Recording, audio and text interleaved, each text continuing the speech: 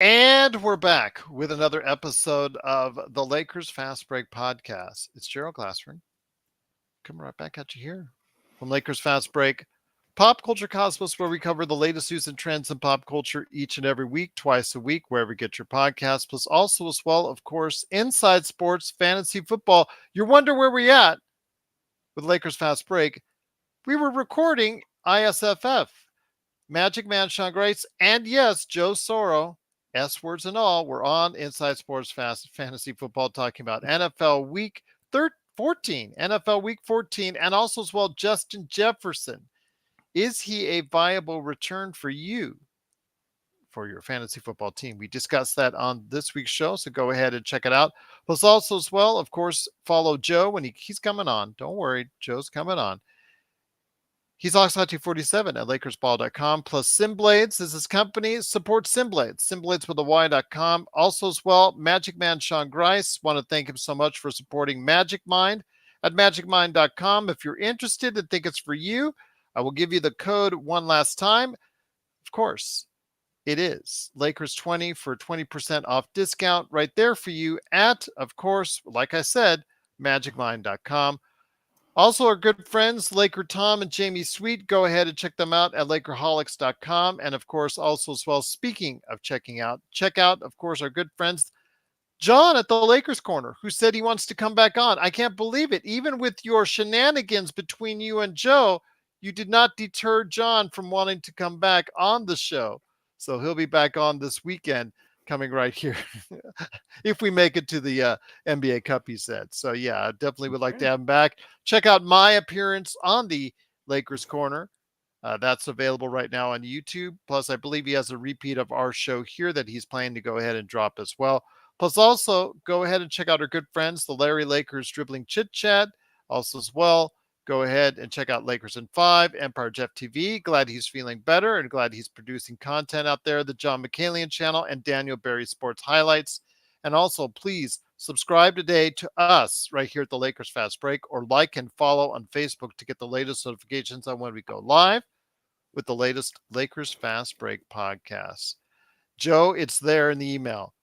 Sean is living proof it's there in the email. I'll send it to you again just to make sure. He's right there. It's like scroll In the down. flesh. In the Scroll flesh, down on your. I Toro. told you as soon as we went when he went there. Was the last words I told you before we went in there? He can't find the link. It's right there. I'll send another one, especially for you. But it is the Lakers Fast Too much Break. eggnog tonight. Yeah, he sounds like he's had too much eggnog. But before we go on a real serious note, there was, of course, another mass shooting. It's actually close to home for me. Actually, just not a few. Actually, just a few minutes away. And it was at the University of Nevada, Las Vegas, UNLV, which both my wife and my son have graduated from, and my daughter will be going to in the fall. So it's hitting us hard here in the Glassford household, but not any harder than any of the victims of this tragedy. So my thoughts are with the families who are suffering right now because of the mass shooting at the University of Nevada, Las Vegas campus. So my thoughts and prayers from all of us here at the Lakers Fast Break are with you, and Godspeed. And I'm just What happened? very Is it sad. just some random piece of you know what? It probably, although when it comes to a school, we've seen situations before in the past where it's student and teachers, as far as it's concerned. We have not, I don't have any clear indication. The authorities have not released that kind of information yet, but you never know when it comes to a school shooting, if it's something politically motivated or scholastically motivated in that realm. So we've seen both in recent months. So my thoughts are with the people and the entire UNLV collective. Go Rebs, and our thoughts are with us from right here at the Lakers Fast Break. I also want to go ahead and make sure everybody knows that we will be on tomorrow for a full day of programming right here at the Lakers Fast Break pregame. And then in the weird time that the game will be on, please note the Lakers game is scheduled for 6 p.m., a 6 p.m. Pacific start time. The first game is at 2 p.m. start time Pacific time. So I really don't know. They just really are doing something weird with the times here. So the Lakers will be on tomorrow night That'll be a TNT game. The first game is on ESPN at 2 p.m. Pacific. The TNT game for the Lakers and the Pelicans will be on at 6 p.m. You can catch it with us on playback, playback.tv/Lakers Fast Break. I got a program. Remind me, Magic Man, I got to program that in there on playback. I will, Gerald. Schedule, please. Yeah, because I don't want to do it last minute. Because remember the one time we did it last minute and pay the price for it. But I will also say we're going to do a post game. I may not be here for the post game because I'll also be doing live coverage of the Pop Culture Cosmos for the Game Awards. But Magic Man and Joe will definitely be here for your coverage of the semifinals for the post game right here at the Lakers Fast Break. And we'll see if we can get some other guys involved as well in my stead. But I'm looking forward to a great contest. I will be watching the game as well, along with these guys, along a playback. I will have a tab open for that. So I will be keeping an eye out, and I know these guys will as well. So please join the fun at playback.tv/Lakers Fast Break. It'd be great if we could just focus, Magic Man and Joe, on the game at hand tomorrow. But what did we hear and see in the media in sports all day today? A lot of whining, a lot of crying, a lot of complaining, a lot of, oh, we got burned. The Lakers got a gift, blah, blah, blah, blah, blah, blah, blah, blah, blah, blah, blah, blah, blah, blah, blah, in regards to the timeout LeBron called as Austin Reaves was getting, well, mugged, for lack of a better term, in regards to those last seconds where he lost the ball because he got mugged and LeBron was calling a timeout. Now, the NBA, I'm going to let Magic Man go ahead and elaborate on that. And then also the fact that the Suns and Suns fans, respect to you, but the Suns fans should not be crying foul like we did when the Boston Celtics got a gift earlier in 2023. So we won't go there on that. But a good man is here today. It is the Magic Man, Sean Grice, the man from Toronto. He did get out of Toronto traffic to explain to you why the Suns fans and the sports media should not be griping today in regards to last night's timeout call. So, Magic Man, I take a timeout with you so that you can explain why the Lakers did not get a gift, and then it was a fair timeout call because Tarvin Ham won't call it by LeBron James. Yes, Gerald. First of all, not everybody on the Western civilization has 75-foot or 100-foot TVs. So I really don't understand TNT's idea to do a long shot um during an important phase of a game, because that completely changed a lot of perspective there. Look, I get it. I get it. If you're trying to be like Robert Redford in 3 Days of the Condor, or Scorsese in Departing, one that long shot, but I didn't see Booker fouling Austin Reaves, below his kneecaps there, Gerald.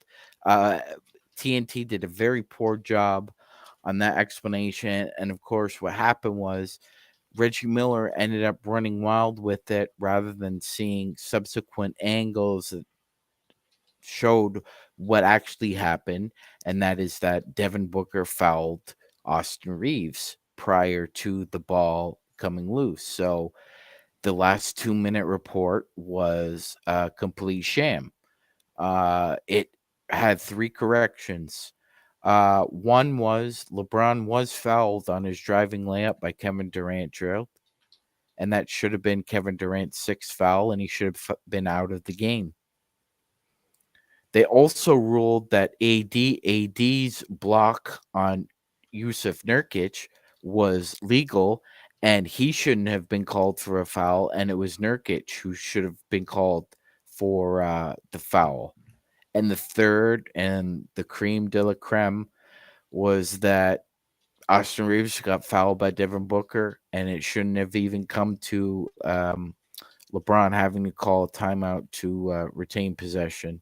And they even ruled that it was illegal. It was a legal timeout as well, Gerald. So, all in all, it was a really shoddy work put in by these refs. Joe put it succinctly in a messenger message that I can't repeat, but it's basically do your job, rather than having to be corrected all the time. Like, just do your job. And I couldn't agree more.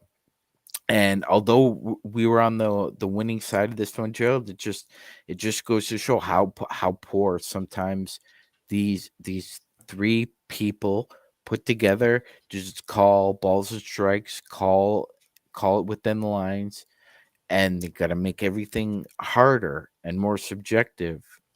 As Joe said in the previous pod, objectivity. That's what the rule book is. Once again, it is the Lakers Fast Break. It is the Magic Man, Sean Grice, along with me, Gerald Glassford. Thanks so much for watching and listening. Also here today, a good man indeed.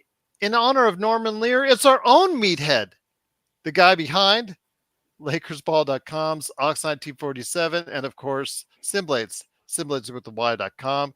It is Joe Soro. Joe, good to have you here.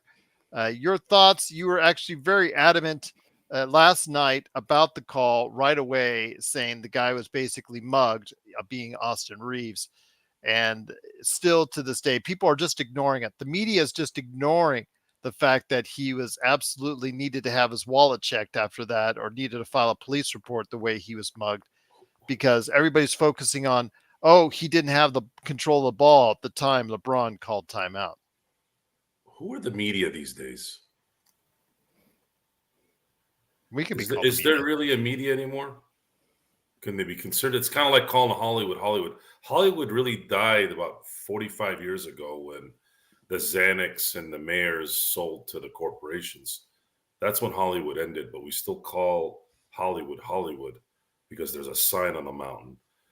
Media people are not really media people anymore.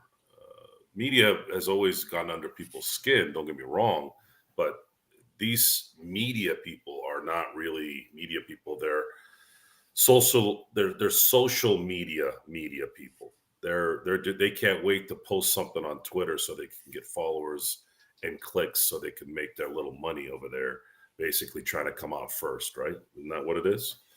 The TMZ trash hole of society. That's what they've turned into. So with that, there's a picture that you have posted on our show tonight. That should show you enough on what happened in that sequence. He got mugged. That's how you would mug someone in real life, stealing a purse, stealing a wallet. They mugged him. They should have called a foul immediately. As a matter of fact, Booker front-ended him out of position. Like, he hip checked him in a way, and no call. So call the damn foul that he was trying to create, and we don't have this problem. But we have a commissioner that refuses to admit that he is championing numbskulls worse now than even years ago when they still sucked. I don't know what his deal is. I don't know why this delusion that continues to just fester in society seems to fester in common sense areas. You don't need to degrade your referees publicly. How about do it behind the scenes? You don't see someone that's successful and in a leadership position. Let's use, again, Nick Saban as an example. You don't see Nick Saban rip apart his players. Not in that setting. He'll get angry at them during the game and things like that. Probably worse behind the scenes in the locker room, things like that. And that's where it belongs. I'm not asking Adam Silver to say we screwed up. I don't. That part always made me laugh. Oh, well, we made mistakes. Sorry. Well, you know what? You can take your mistakes. You can put it where the sun don't shine. That doesn't do anything for us right now. How about maybe add another ref, or maybe do some kind of LASIK surgery on some of these people's eyes, something where can they have some common sense and know that this guy's going to get fouled. You're good at calling non-continuation fouls when they're continuation, right? You're so keen on that freaking call, but you're not keen on the fact that Phoenix had the foul, and yet you're sitting there jerking it on the other side of the court. Where were the other two refs? Dancing on the other side? You know the ball's going to be brought in the front. Can you There should be at least one other person who bring can a see it. fourth Yeah. ref? Okay, you have four corners of a court. I'm just going by symmetry at this point. I do that a lot in my business, by the way. Symmetry is key. Symmetry matters. Bring a fourth ref if you have to. Can you do that? And then maybe you might have another set of eyes that might be able to help. I don't know. I don't know what to tell you people. Unless you guys are trying to scam, unless you're trying to fix the games. That rumor's been around for a long time. We did catch one of your schleps, one of David Stern's schleppers, cheating and some of his minions in there. Okay, so what is it? I don't understand what's going on other than the fact that if I start smelling something that stinks, I'm going to assume it's crap at some point, that you are avoiding something. You're not cleaning it up. Why are you leaving it there? Well, and Joe, it's also like you raised a fantastic point there. The whole point of self-reporting at your job is so you don't repeat those same mistakes. But they keep happening over and over again. And Joe's right. By continually vomiting out these mistakes that you've made, doesn't really look like you're correcting them. Just looks like it's a continuous loop of nausea, vomit, nausea, vomit. Am I wrong here, Joe? No, you're not wrong. And the fact that Eric Lewis had retired and no one cared, the media cares now after this particular incident. How about you care about why this guy self-retired after what happened? Maybe you might find your answer on why these games go the way they go. Is the game too fast for them? Is it too fast for them? Okay, fine. You guys have all this technology, you have billions of dollars at your disposal. How about running some tests? It took the NFL, how many years to finally, because they had to pay out, right? And that payout was garbage. I think each guy got like 20 grand. That's one MRI and you're gone. Like that money's gone. Like, this is the part where none of our hands are clean. And our hands are not clean. We're the problem. You, me, Sean, like the NBA community is a problem because we're not holding Adam Silver and the NBA accountable by not watching. We keep watching. So until you stop watching, he's not going to care. So I don't know what else to do. Yell. We're yelling at this point and complaining out of pure frustration and entertainment, but it's not solving any issues. In the real world, that wouldn't be the case. In the real world, in business, it's not how it works. It only works in sports because sports has found the get out of jail free card for life. People are going to watch it. People are going to go to the games. And even when they weren't going to the games physically, they were still watching, and they had a little bit of a drop, but as soon as the following year came in where they could go back, those numbers went up. That's all well and good, and I can't really disagree with that. But why do I know your goddamn name? Eric Lewis, Tim Donaghy, Walt Coleman. Why do I know your name? If you were doing a really good job, Gerald, I wouldn't know your name. Because you'd be so objective that nobody would really have to look you up to wonder how the hell you got to where you got to. So I understand where Joe's coming from in that sense, but it's also accountability for Monty McCutcheon and Adam Silver to get together and realize that somebody's head's gonna roll eventually if there's a problem. And Gerald, Monty McCutcheon was a really good referee. Yes, he was a really good NBA referee. And I thought they took him out and they put him in that spot because they needed real leadership. And that's who I'm looking to right now, not Silver. It's him because he was a really good ref. And I'm sure, and I've heard him on, I believe it's SI's with, is Sam Amick still with SI, Gerald, or did he move on? I think he had moved on by then. Okay. Yeah, I Because remember. he's with the USA Today. Is he? Okay. I Yeah. remember he had Monty on, and Monty was frustrated about the level of attention negatively, for the most part, that the NBA refs received last year. So this is a point of contention that the NBA is dealing with, and well, Joe's right in a sense that a lot of the times fans or consumers of a certain product become immersed or engrossed, and oftentimes there can kind of be a paralysis by analysis, so to speak. But the fact is that the product isn't good when the refereeing is poor, and they got to fix that, and that's really on them. As fans, we can't really fix the officials' problems for them. We're not officials, we're fans. So that is an NBA problem. It's not an M problem. It's not a me problem. It's not a Gerald problem. It's not a Joe problem. That's an NBA problem. Once again, it is the Lakers Fast Break. It is the Magic Man, Sean Grice, and Joe Soro, and me, Gerald Glassford. Thanks so much for watching and listening. We're talking the Lakers. Obviously, the controversy And of Gerald, that's last another. night's Yeah. timeout is still in question. Go ahead, my Yeah. friend.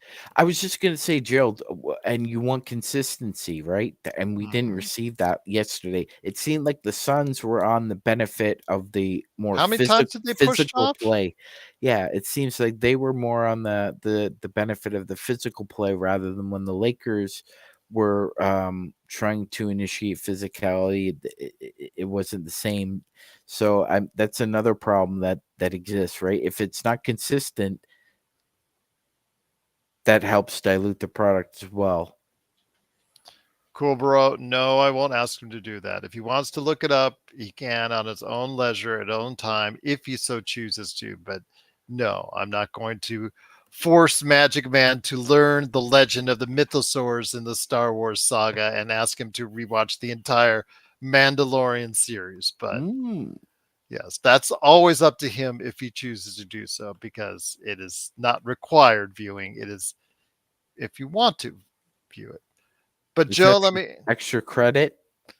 it's up to you. Cool Bro is just, I'm sure he's just joking in that sense. But yes, the ardent Star Wars fan that he is. But Joe, let me ask you this when it comes to, but we'll finish off this Phoenix conversation right here and right now, because again, I only want to touch on it because people seem to be sore over it. And I think a lot of it comes right down to the Lakers when it comes right down to it. When those rare times something goes our way down the stretch, and any type of conceivably possibly controversial call goes our way, the rest of the sports world or sports fans out there go absolutely ballistic that we got anything to go in our favor.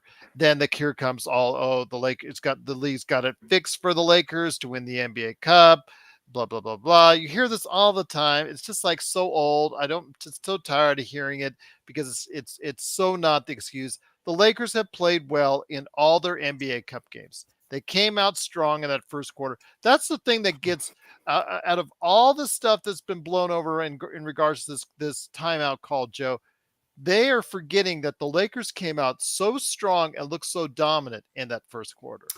Folks, do you have any idea how easy it is to not go on social media or watch post game stuff? Oh, I'd love for It's, them to watch post game stuff because that's us. I'm not talking about us. I'm talking about the game, post game stuff. Come on, Okay. work with me here. You don't have to listen to that garbage. So I didn't even know that was going on until you told me today. Oh yeah, I Listening saw to 2 dozen articles were like listening listed. to today's post, pre, during talent is about as useful to me as walking outside and yelling at the sky. You ever tried doing that? It's useless. Go out one day, yell at the sky, and see what happens. It's the same thing. Nothing gonna happen. That's the worth that this talent is. I had to listen to Rich Eisen today yap and his kiss ass. And I like Rich Eisen in terms of his show. I think he has really good guests. But the fact that you cannot argue with someone who knows and watches something. I have seen every Mike Tomlin coached game. Every single one.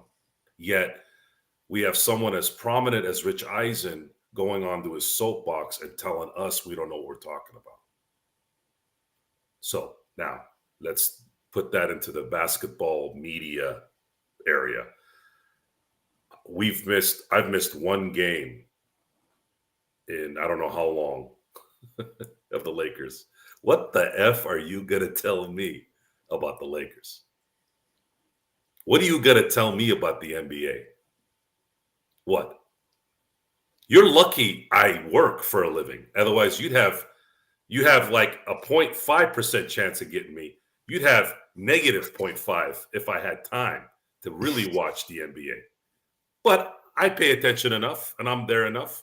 Yeah, at some point, when you're watching something for 33 years, you can kind of see some things before, without actually certain things watching. gonna seep in. It's gonna seep in. You don't need to watch an entire game to know what's going on, because I've seen Doncic play at least 15 to 20 times. If I find out he's got a triple-double in the first half only, I kind of got a good idea on what happened. Okay? I kind of have a pretty good idea on what happened. Sean used a really good example. I know I keep throwing football on here because we just got off the Pop Culture Cosmos. He mentioned Ben Johnson. When I say Ben Johnson, if anybody knows anything about about sports, they're going to think Ben Johnson, 1988, right? No one knows who the hell Ben Johnson is except the people in Detroit and obviously the NFL community. So as soon as he said, would you think that Ben Johnson would be a good coach in Pittsburgh? I said, abso-damn-lutely. Now, I haven't seen every Detroit game, obviously. I've seen maybe 2 from beginning to end just because I have family that are Lions fans. And then I've seen bits and pieces on Red Zone and things like that. But let me just put it this way to make it easy for the audience. The fact that Jared Goff is going to be getting a $200 million contract should tell you how good that guy is. Dan Campbell may have been a tight end, but he's not an offensive wizard. Ben Johnson is very good. And yes, I wish we could switch. Trade Tomlin to Washington or Carolina, let him last there for 2 years before they fire him, and bring in somebody that's actually with it right now and actually has a system that can adapt and adjust, which is what we have a problem with Darvin Ham. And there's a picture of Darvin Ham while LeBron is calling timeout like this.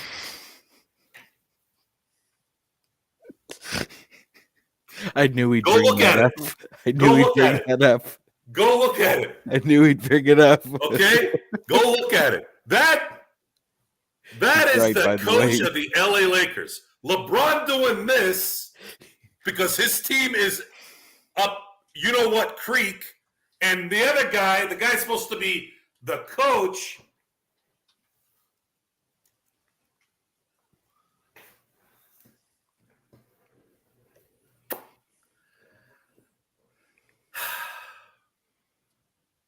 How about we pay attention to stuff that matters, folks, instead of regurgitating the same BS over and over again? You're not going to do anything about it.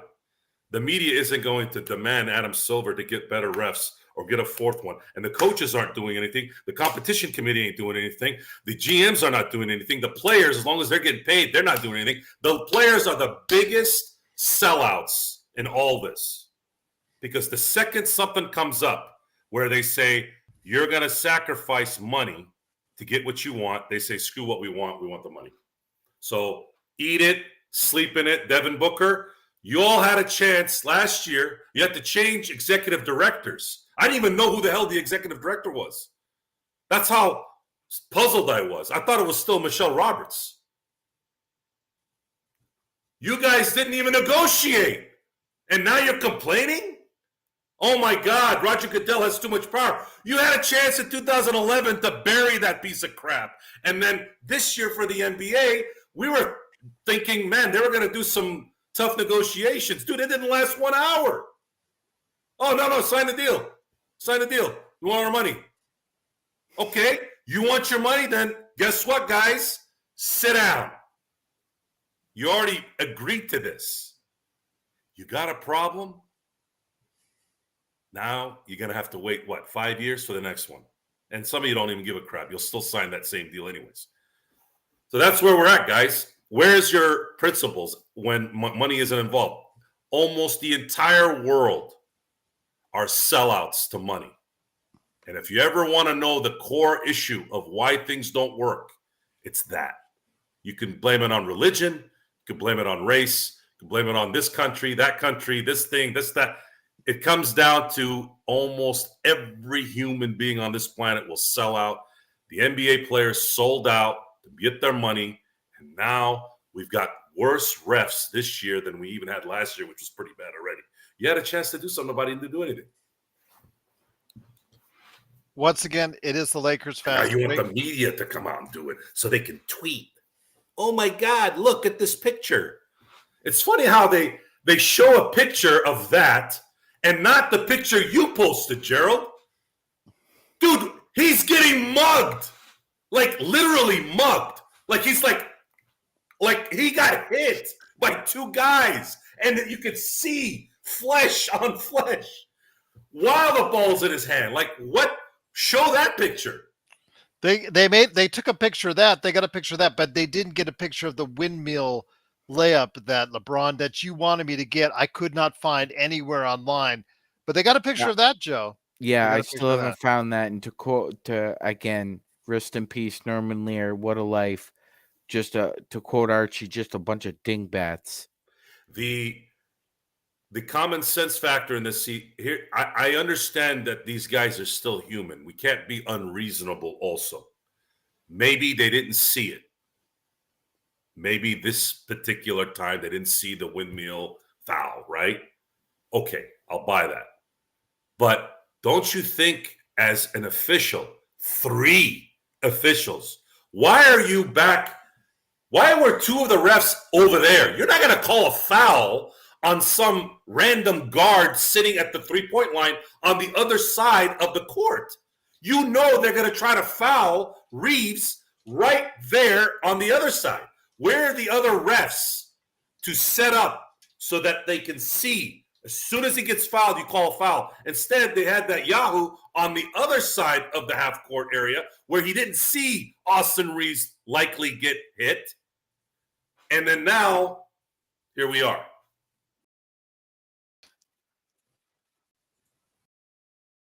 The hell is this every week? And we're back. So go ahead, continue the rant. We just were at the nexus of the universe, Joe. Continue. Should we incorporate this in the show? All right, guys, we got to take a 3-second break. Well, MagicMan, have that picture ready because I was actually just going to bring it up to you. But finish what you were saying, Joe. The common sense decisions is what I'm looking at. If the ref is on the other side and he didn't see a foul, that's one thing. If you're right there and I can see you're looking at the play and you don't call a foul or you can see that there wasn't a foul, then what the hell? What's wrong with you? If you can't pay attention, you're not focused enough, then you shouldn't be a ref. Eric Lewis was right there when LeBron got hit. It was there. I saw it from my living room. How the hell did I see it from my living room on the other side? And you're right there. And then you retire 4 months later. And no one asks a question. No one says anything. No one calls up Adam Silver. Adam, what's going on here, man? Why did this guy retire? Oh, we're just gonna put it in a file cabinet in the 14th floor, the corner hallway. I'm gonna say this again, and I'm gonna keep saying it.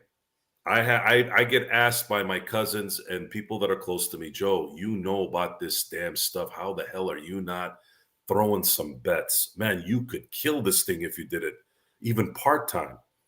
I said, guys, I hate gambling. Gambling ruins everything. Gambling is a disgusting habit. I don't want to make money that way, and I'd be a hypocrite if I did it because it causes problems for the sports. It always has. It might not be as bad as it was back in the day. A lot of these guys are getting paid 60, 50, 40, $30 million a year. They're not going to risk, likely, more and more now. But what about the guy that's, let's say, a 9-10 guy that's getting the minimum? You never know, right? I just don't like it. I don't like that culture. I don't like dirty stuff. I don't like dirty stuff. Dirty stuff is just, it always seeps in somewhere where it doesn't belong. I don't like it. And it kills me that this is the only forum I can't control. Well, actually, I can't control it, but I can just stop watching. I can't control it. But I love the Lakers, I love the Steelers, and I love the Dodgers too much to stop watching. If those guys all left town or defunct, then it'd be a lot easier for me to stop watching the game. It would. Honest to God, that's the only way it could stop. John, you wanted to bring something in here. You sent it to me earlier today, and I thought it was very apropos. And this will be the last thing we touch on in regards to this timeout before we head it out. But it goes into a lot of the criticisms we have of Darvin, aka Pockets Ham. Is that correct? Yes, Gerald. I sent it to all of my colleagues on the Lakers Fast Break, and yeah, it's what Joe described is exactly what you see. Austin Reaves is getting mugged. LeBron is soundly trying to call timeout, Gerald, because we know the last time a WTF situation happened with LeBron on the court and J.R. Smith, LeBron is now just conditioned to call timeout before it gets out of control.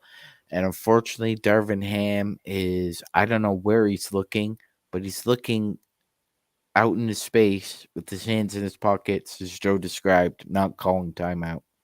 And as good as we are playing now, and I believe we will continue to play better, unfortunately, we still have Darvin Ham, and that is exemplary of why why we constantly critique him. So it's just something that's there, Magic Man. It's just something that you see the inactivity. He's looks like he almost does. He have his hand in his pockets in that shot? Yes, he does. There you go, pockets indeed. Joe, when you see that, and when Sean sent you that earlier today, nobody in our crew, nobody that Sean sent this to, is surprised. Even Rodell sent an email to us saying that he is starting to lose faith in Ham and would rather have Vogel on the sidelines, Joe. It's going to be a problem if there's a tight series in the playoffs. That's what I'm worried about. The Lakers can get away with this during the regular season. And for LeBron's situation, if he wins a title, let's say, with Darvin Ham, Frank Vogel, you have two with Spoelstra, one with Ty Lue. You know, that plays a factor in the greatest of all time arena. I still say, look, Michael Jordan is the greatest basketball player I've ever seen.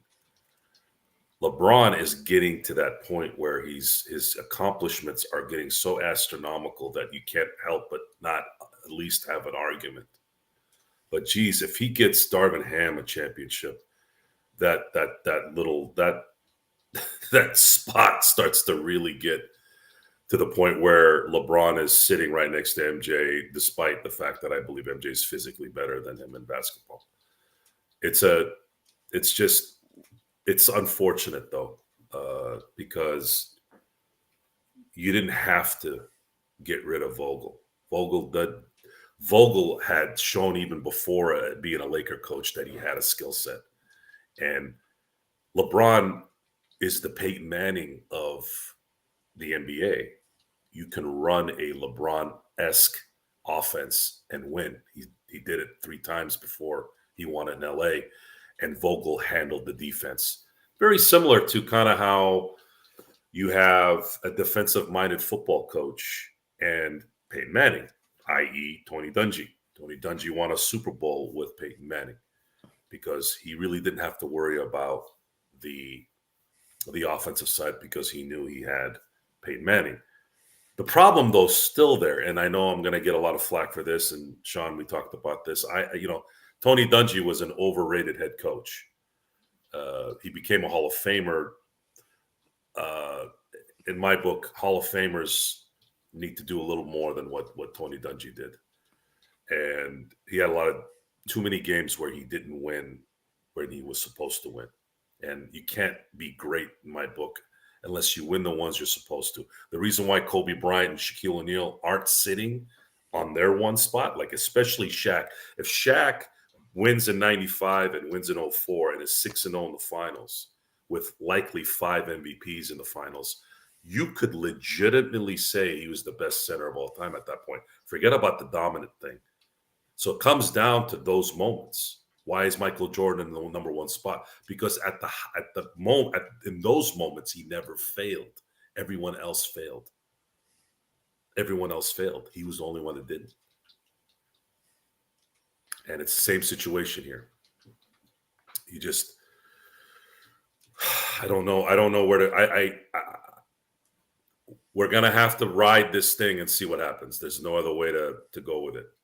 But they're gonna, if they were to win it all, they would have to win it all despite Darvin Ham. And just for the record, one of the big reasons why tomorrow's game is going to be a ratings boon, Gerald, is because the Lakers are involved, and we're not going to be able to wear the black jerseys. You've deferred that to the New Orleans Pelicans. You know, Gerald, 19 out of the 30 teams in the NBA use some kind of either alternative or third jersey that's black. So this is bound to happen. Now, it's really interesting that this court is god-awful red and blue, and you're going to have the gold Lakers uniform with the black Pelicans uniform. They're not Gerald, happy about that. my eyes are going to be. I'm seriously going to need a full 8 hours of sleep after watching that for about 3 hours. I might need LASIK surgery after that. I'm telling you, MagicMan, this whole NBA Cup is being sponsored secretly by Highlighter. I'm just telling you about it. It's just, I think you're right, Gerald. it's the Lakers they're also mad because they cannot wear the black uniforms. I'm assuming because they're undefeated in them. So Yeah, I think of course. that's why they want to go ahead and so that's the first thing. If they lose tomorrow, that's the first thing we're going to say. It's the gold uniforms, the traditional gold uniforms. Can't have those on. And technically speaking, Gerald, since we're the number one seed, it's technically a home game for the Lakers. And normally a home team gets the deference on what kind of uniforms they want to wear. Yeah. I guess in this instance, the NBA's blocking the Lakers from wearing those black uniforms. That's and absolutely wrong. Yeah, it's greaseball. It really is. Once again, it is the Lakers Fast Break. It is Joe Soro on the MagicMan Sean Grice. And it's Goodfellas greaseball. Yes, it is Goodfellas greaseball indeed. And along with me, Gerald Glassford, thanks so much for watching and listening. So the game is tomorrow, 6 p.m.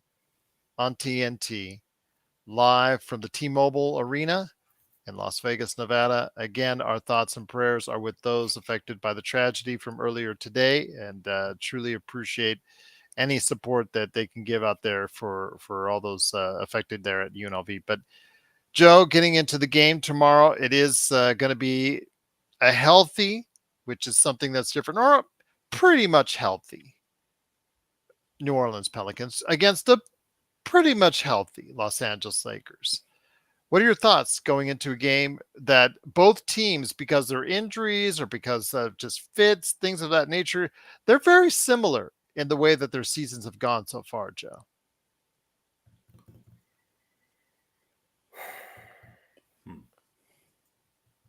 How do I explain this?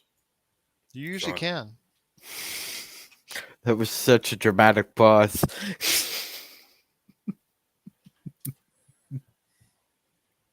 What are we talking about here, Gerald? Really? Talking about a matchup for the NBA semifinals in the NBA Cup, all that wonderful in-season trip. But it actually does count as a regular season game. And the Lakers, in order to stay where they're at in the Western Conference and Pacific Division, need to win this game. I find it hilarious that this thing is we're being lulled by this being something meaningful. It's not. I was excited about the Lakers beating Phoenix for the third time, not because they're going to the semifinals. And thoughts of beating New Orleans is to again get another win and have a better record. This tournament is stupid. It's so stupid. I like the pageantry of it to some degree. It is kind of cool, but the Laker fan base was dead last night, and that was a freaking awesome game, and they were dead. The celebrities that were there back in the day, yes, the expensive seats usually mean that they're not going to be ruckus, but I used to watch Andy Garcia and Denzel Washington and Jack Nicholson and the program guy. Those guys got up and did stuff. And I could see how that could inspire people around them to do the same because they're looking at these movie stars and famous people doing what they're doing, right? They would get involved and but it was dead last night. I was pretty disappointed. And it's been like that probably because I know LeBron James isn't the most endearing guy for LA. He never really was accepted from the beginning, and I don't really see him being as accepted even now. I just don't think his personality fits the LA culture, which is odd because from a political standpoint, they're dead on, but from an emotional standpoint, and usually that's different in a lot of people's situations. I've noticed I've seen people make decisions in business versus their emotions, and they're usually exclusive. But LeBron doesn't have the same impact that Kobe Bryant or Magic Johnson had. Heck, even the 90s team, like Nicky V, Eddie Jones, think about it for a second. Eddie Jones was the hardworking team grunge guy, like people in LA can identify with that. Then you have the flashy Nicky V, who's just smooth and quick. You got that personality there too, very Hollywood. LeBron, as talented as he is, doesn't bring, it's not LA. It wasn't even Miami. And I don't even know if it's Cleveland either. I think LeBron is his own planet. He doesn't really identify with anything in my book in terms of his personality. He's just a guy who plays basketball. And usually that plays a factor in the story of the game, the story of a matchup. Zion versus LeBron. You're not hearing any of that. Brandon Ingram versus LeBron. That's not going to do anything. So what is it? There used to be this two giants facing each other. We're not getting that. People in New Orleans, do they really care about the Pelicans? I know I've talked to people from Baton Rouge. They don't even know basketball exists over there in a lot of ways. MagicMan.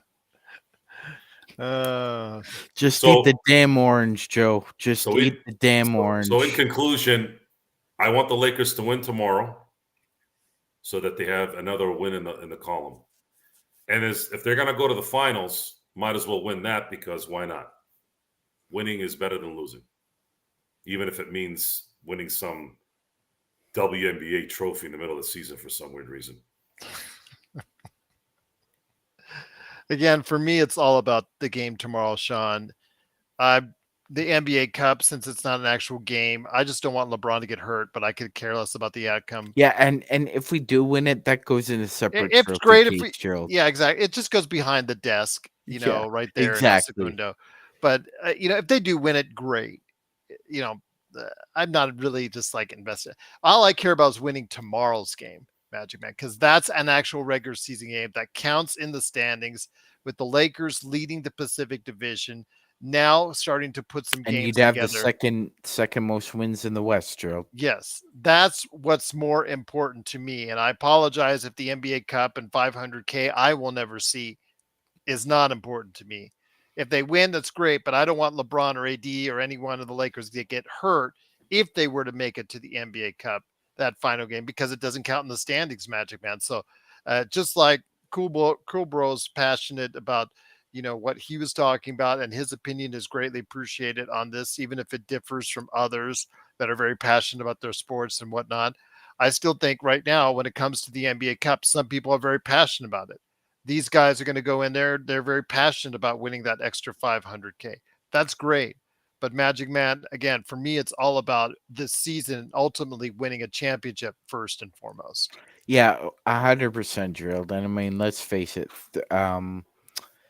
Uh, three out of Dante, these don't say no one's getting hurt. Don't three, say that. three out of the four teams here are of the smallest probably markets in the NBA. Probably outside of Oklahoma City, that it's probably Milwaukee, Sacramento, Indiana, and New Orleans. So, I'm not sure how well this is going to go over in New Orleans, but I do know this much, Gerald. There was a lot of excitement in Indiana regarding this because, again, I, I'm not down with it.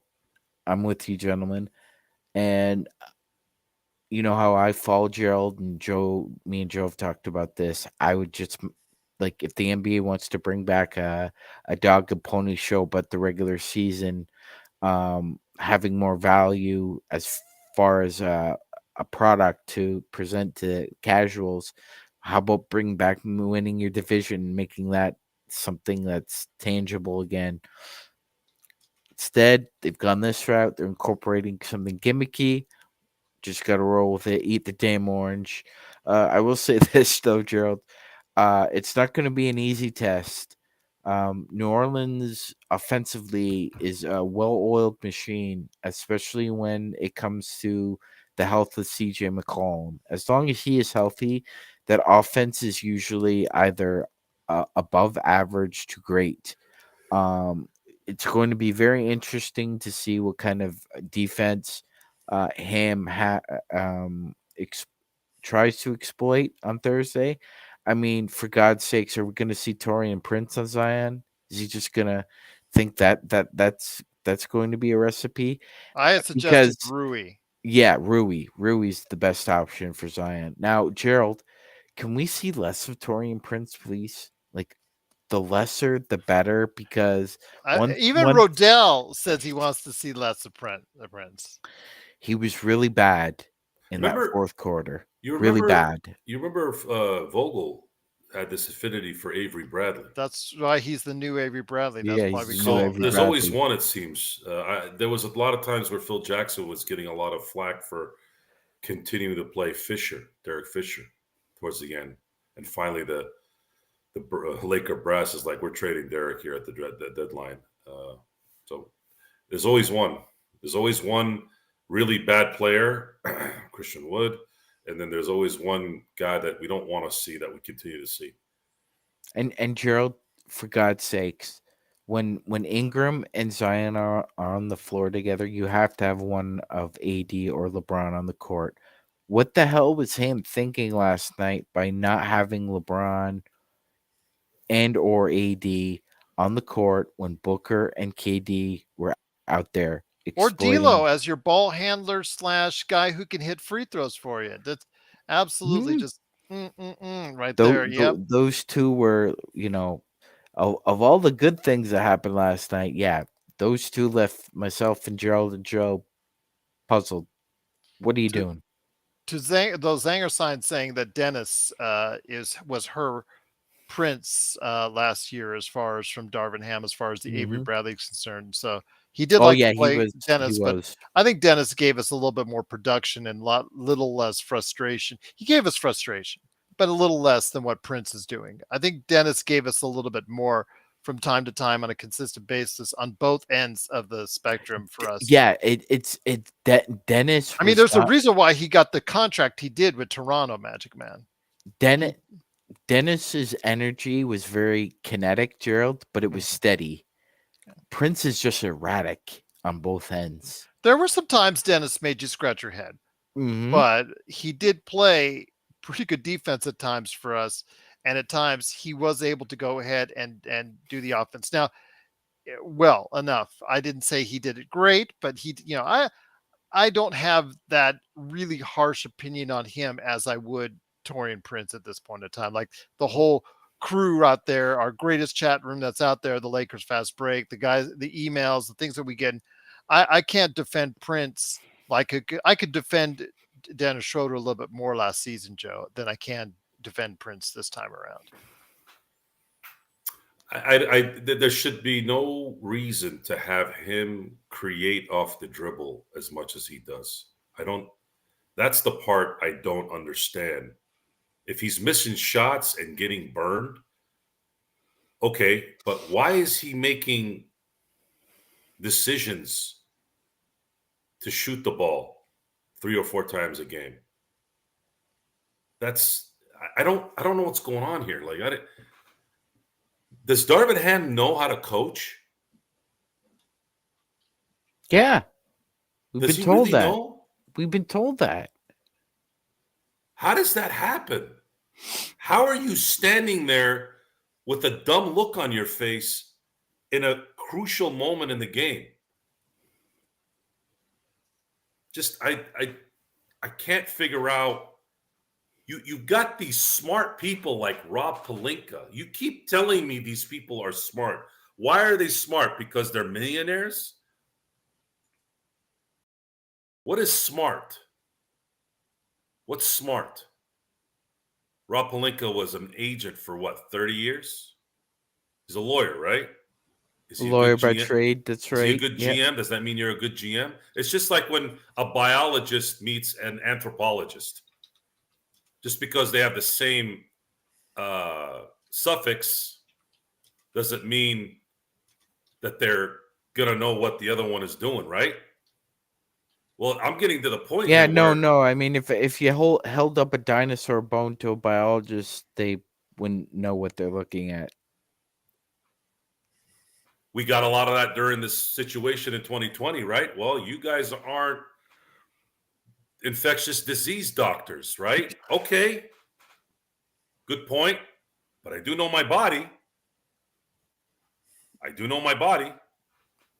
That's my retort, right? That's something you know versus what they say you're supposed to know.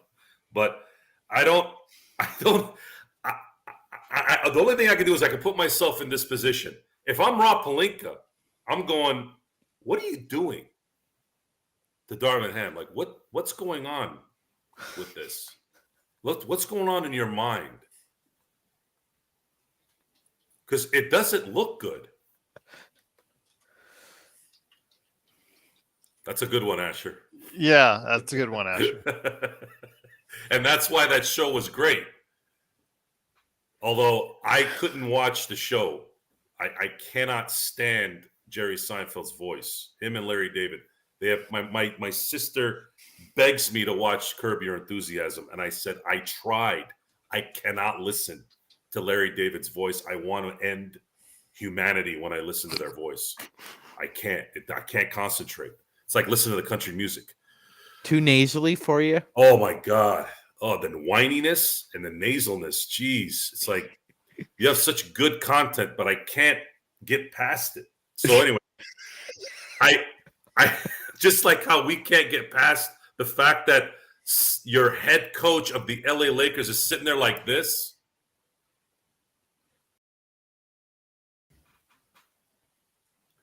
Even Phil Jackson got up every few times and said something to the ref, berated a player.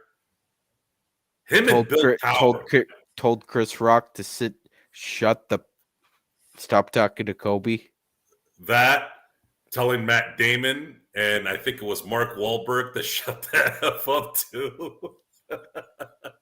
Or was it Ben Affleck?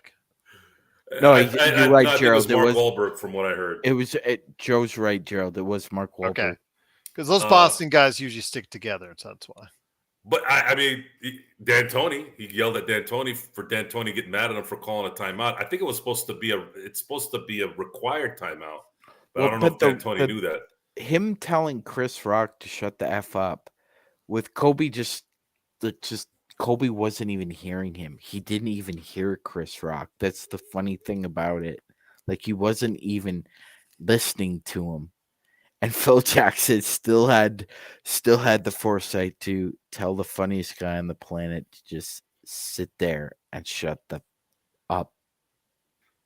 So I ask you guys as we head on out here, once again, it's the Lakers Fast Break. Truly appreciate you joining us. It is, of course, again, tomorrow, the semifinals here in Las Vegas at the T-Mobile Arena. 2 p.m. is the Indiana Pacers and the Milwaukee Bucks. That's Pacific Standard Time. And 6 p.m. Pacific Standard Time on TNT is the Lakers and the New Orleans Pelicans.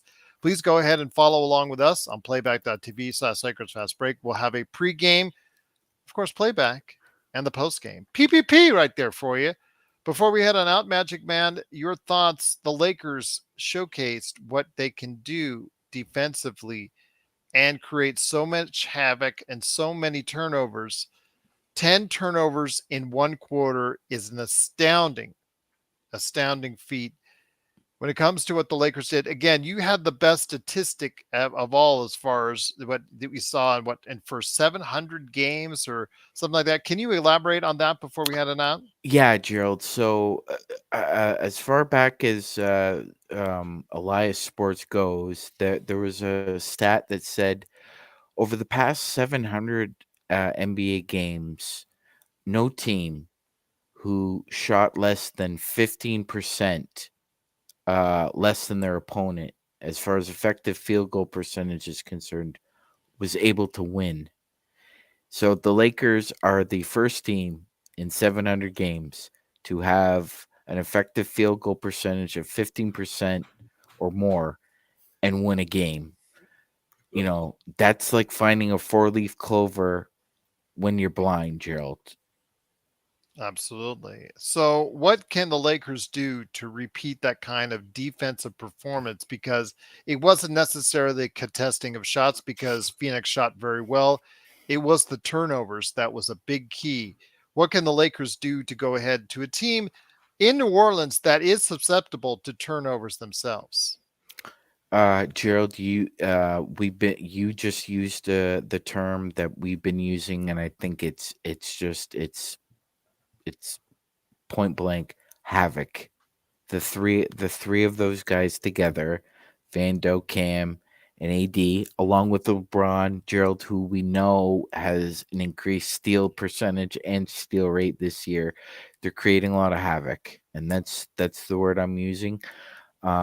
Defensively, I think it bodes well, especially for tomorrow, considering the fact that New Orleans is also likes to play a physical brand of basketball, especially in the paint, from the nail in between Zion, Brandon Ingram, and Jonas Valanciunas. Gerald, they like to eat in the paint. I think it's gonna be steal on steal again. It's gonna be strength on strength. But again, I think they're going to need a combination of a lot from Rui tomorrow. So I'm hoping Ham understands that you got to play him more than 25 minutes because he is the best matchup we have for Zion. Physically, he matches up well against him. He can keep Zion in front of him for the most part, Gerald, because although Zion has really I wouldn't call it more of a burst. It's more of a gliding speed when he gets by you. Rui still has enough lateral quickness to keep Zion in front of him and make him more of a jump shooter. Or LeBron, but I don't Or really want LeBron. But LeBron. yeah, I I don't don't want really want LeBron getting in LeBron on. foul trouble Yeah. with Zion. No, I Yeah. agree, Joe. But I'm sure on a possession or two, if he really wants to check Oh, he'll Zion, he do it will. because he feels He spry. will. You're right. He will. He always There's those does. one or two possessions he feels like he's a kid again, and he feels all motivated, or someone's You're talking right. smack to him, and then he goes, well, you can see it. He gets all jacked up, and he starts getting all jittery, and he gets right on the guy, and he plays like super duper defense, and I know he gets a lot of flack for not playing defense for 99% of the It's time, but just Gerald. when he can and he Yeah, picks his spots, he still could be pretty damn good. absolutely. I think the wild card tomorrow is Trey Murphy the third, Gerald. Yeah. Since he's come back, when He's been on he fire. is on fire, NBA Jam on fire. yeah, man, it's really hard to stop the Pelicans because between Hawkins and Trey Murphy shooting with potentially Zion and Ingram on the floor, Gerald, the interchange, Herb Jones and CJ McCollum, Jose Alvarado, like that. The Pelicans have a lot of versatility as well. Like we're not the only team that sports unique versatility. They do as well. So it's going to be a good test. Yep, and you said GTA is back too. Not GTA 6, but Grand Theft Alvarado. Yeah, he's back too after a long absence as well. So, Joe, any last thoughts of what the Lakers can do to get it done tomorrow against New Orleans? Brandon Ingram has been shooting well against us the last few times we played against him, and Zion is healthy, which means he's going to try to bully his way to the basket. Putting AD on there might not be good, but I have a very good feeling that in the Darvin Ham brainless philosophy of coaching, he's probably going to put AD on him, and AD is going to hopefully not lose focus on playing 4 quarters, because it seems like anytime he plays someone that's physically stronger than he is and is effective, he tends to lose interest. Why is it we know this and Darvin Ham doesn't? Don't even get me started. I mean, that picture that MagicMan showed right there, of him just hands in pockets while LeBron is actually understanding the game better than he does, at that point in time is disappointing to say the least. And Gerald, let's hope. I don't think he needs any more motivation, but this is Jackson Hayes' former team. I'm sure he's gonna get a chance to show them up as much as possible. So hopefully we get a concerted effort out of him as well. Boy, and Jackson Hayes, I've felt really bad for him the last few games. That guy's gotten some just pathetic calls from the ref on amazing plays. That blocked shot that he made, and they called it a foul. I'm like, what? There was no one near that play, but somebody called the foul for that play, but yet no one was calling a foul for a foul they knew was coming at Austin Reaves. And this is my point. So this is a foul is a foul. Stu Lance says it all the time. It doesn't matter. A foul is a foul in the fourth quarter, in the first quarter, in the second quarter. Just call the damn foul. And if you don't see it, you're not at the right place. Okay, I get it. But you also need to be in the right place when you know something's likely going to come. Meaning, if you see a guy with the ball and he's going to likely drive. I mean, these guys do homework, right? Refs do homework. Don't they prepare for each team? Yes, sir. If you know someone's habit, you know for a fact it's very unlikely that AD is going to dribble his way out of the corner 3 area. He's going to pass it out. So you don't need to be all up in there, right? But if it's someone like LeBron or maybe D'Angelo or Austin, you think you want to get close to that to see what happens? I just don't. I don't get it. I don't get it. But I feel that if you can contain Zion, and Brandon Ingram his game is so insignificant to me, even when he's hitting his shots, that I'm not afraid of Brandon Ingram. And then anyone else getting hot, okay. If a few guys start going crazy, McCollum all of a sudden starts shooting shots, whatever. I don't think it's going to be a detriment to the team as long as the Lakers are, let's say, playing like they played against Phoenix. The great thing about that first quarter was a lot of those turnovers were not mishaps on Phoenix's side.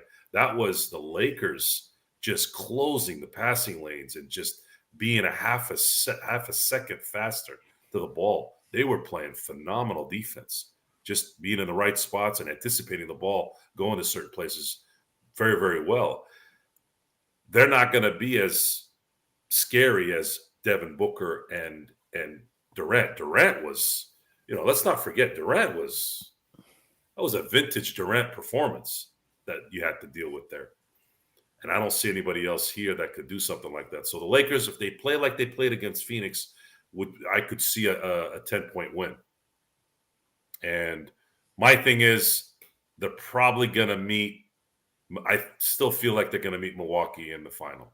And that one's going to be a very, very, very hard game to win because Milwaukee is starting to ramp up a little bit, especially from what I've seen. Guys, before we head on out, one last note. Zach LaVine, who's been the subject of many trade rumors, including the Lakers, reporting some continued foot issues, and he's been, addressed to the team. The team addressed to the media that he's going to be out for 3 to 4 weeks. MagicMan, any final comments on this before we head on out? Gerald, as much Can we take him off the trade rumor list now at this point, please? Yes, it should be. Like, he wasn't even on my list, but yeah, get the white out and erase that name, because at this point in time, 3 to 4 weeks, Chicago, Gerald, they took a chance. And they've won 3 in a row without him. Coinky dink? No, I think they play better without him.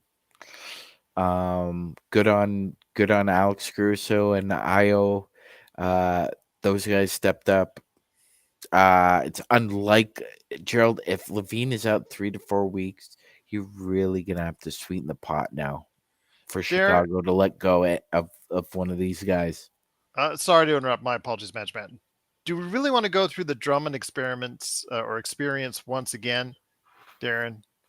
I understand rebounding is an issue with us from time to time, but Joe, do you really want to go through the Drummond experience again?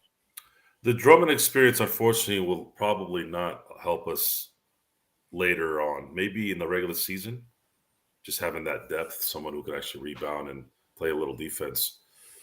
But and I'd say Valanciunas. If you there is, well, we're not going to get him. That's the problem. He's not. We'd have to. I don't know how the hell we would be able to get him. We don't have anything that we want to give up for got matching salaries because he's only in the team. Why would they do that? But why would they do that? Why would if their season goes awry? Remember, they're one Zion injury away, just like we're the one LeBron injury. I don't think David Griffin is going to do another deal with the Lakers. In my opinion, I don't think that's going to happen again. Okay. I would like it to. Believe me, I'm in support of it. But I think the Drummond thing, this team is a little different than what the 2020 team was or 2021. That team was fast-paced, and Drummond doesn't work in that situation. The dumbed-down offense of Darvin Ham, it's usually isolation, half-court. He actually might flourish in that kind of environment, especially when AD sits down. Okay, let's say we trade for him, but do you really want him shooting corner threes? No, and you wouldn't need him to. You would. You could actually you might be able to use him and Christian Wood together. Actually, you might be able to get the best of both worlds there, where you can actually have Christian Wood spread out the offense a little bit and have him down on the block. But the problem with Christian Wood is he can't play either. He hasn't been able to play well either. My hope on if I had a choice there, guys, if I had to watch them play for 30 plus games, Gerald, put my head in a vice. Squash your head like a grapefruit. Put it in the vice. All right, it'll be less painful than what I have to watch. Fair enough indeed. But once again, it is the Lakers Fast Break. If you have any thoughts now that you've heard the injury report for Zach LaVine, who's out 3 to 4 weeks with foot issues, can we just get him off our trade radar, please? As far as Andre Drummond or Alex Caruso, they now remain on ours, and I'm assuming Laker Tom's trade radar as well. Go ahead and check out Lakerholics.com or at LakerTom on Twitter. I'm sure he's got more amusing trade offers for you to go ahead and let him know your feelings on right now. But once again, it is the Lakers Fast Break. We'll be on tomorrow with the pregame, and then 6 p.m. Pacific time, It'll be the Lakers and the Pelicans in the second game, the semifinals from the T-Mobile Arena on TNT. Looking forward to it. You can follow along with us as we watch the game on Playback. Playback.tv/Lakers Fast Break. Can we get a larger audience this time around? You guys are so awesome on this channel. Can we get some of you to go ahead and come on over to Playback? It's free. It doesn't cost you a cent. And you just go ahead and you watch the games along with us. You get to hear Joe and Sean and Laker Nick and myself and whoever stops by in real time. You get to chat along with us. And you also get to hear Joe and Sean uncut. They don't get to hold back. They don't have to hold back. They're on Playback. Playback.tv/Lakers Fast Break. And then, of course, the best post game for the Lakers can only be found here, along with the best chat room that can be found here is, of course, the Lakers Fast Break. So for MagicMan, Sean Grice, Joe Sorrell, it's me, Gerald Glassford. Thanks so much for listening. Lakers in 5, got a great channel himself. Please support, like, and subscribe, as I hope you do with us, because you'll get some great notifications on when we go live on the air tomorrow, right here at the Lakers Fast Break Podcast.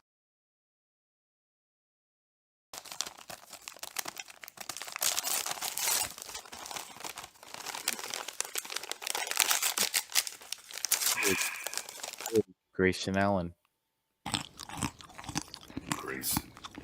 The guy you want to punch, most likely? Yes. The Prince of the Spun Turds. Have a good evening, everyone. Stay safe.